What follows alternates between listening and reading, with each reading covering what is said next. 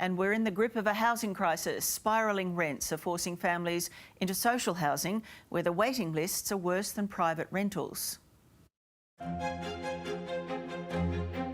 So Mel, would you say there's a rental crisis? Oh, absolutely, Chris. It's been probably 2 years since we started looking. Every waking hour, Mel Noonan says she checks online to see if she can find a house to rent for her and her 3 teenage children.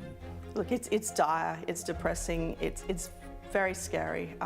We're in a position where we need to decide whether to stay in a house that we really shouldn't stay in or live in the car with 3 children. You just have to look at the number of people queuing up at open homes for rental properties to see what it's like. We had 60 groups of people register for this inspection and another 140 families that registered for the inspection, but I couldn't physically take them through today. Jessica Melling is a property manager for LJ Hooker on the Gold Coast, where she's recorded videos demonstrating how crazy the rental market is. At the moment, the Gold Coast is sitting on 0.7% vacancy rate, and we're noticing that with every open home that we're doing, the numbers are still increasing. Low interest rates and surging house prices have been blamed for the rental crisis, with 6 out of 8 Australian capital cities showing vacancy rates of less than 1%. And for people like Mel Noonan and her children, that's meant months of uncertainty.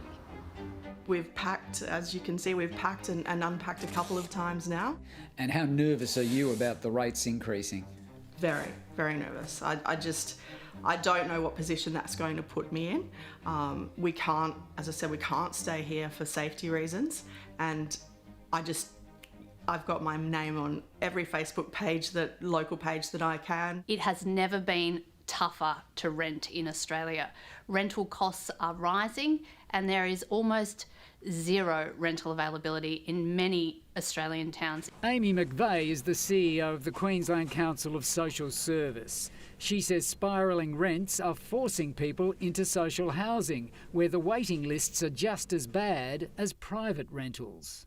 And when we see interest rates rise and we know that there's going to be more pressure on people paying their mortgages, of course it's going to put downward pressure on our housing market, meaning the people on the lowest incomes, the most vulnerable people in our community, are going to have an even tougher time keeping a roof over their head.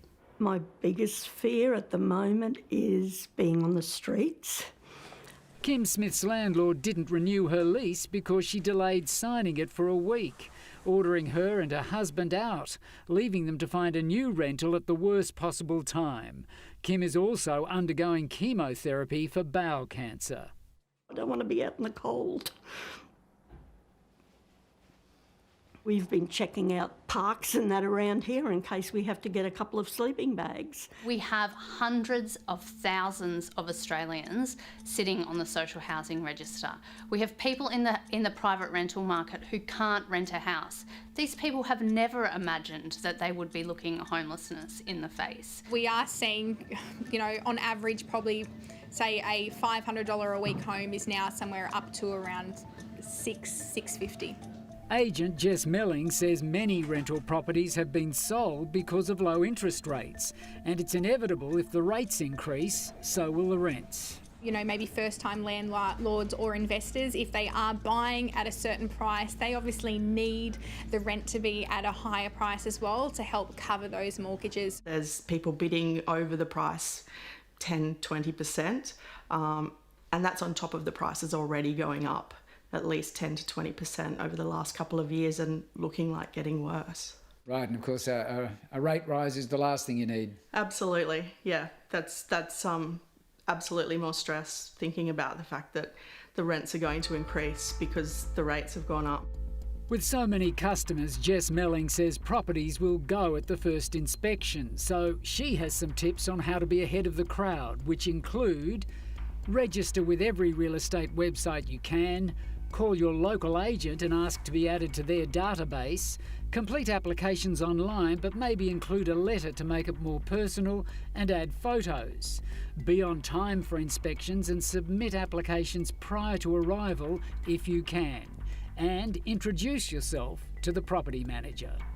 You don't always have to make sure you're offering the 3 months up front or more rent, because sometimes this can actually set your affordability back to the home, so you're actually doing yourself a disservice.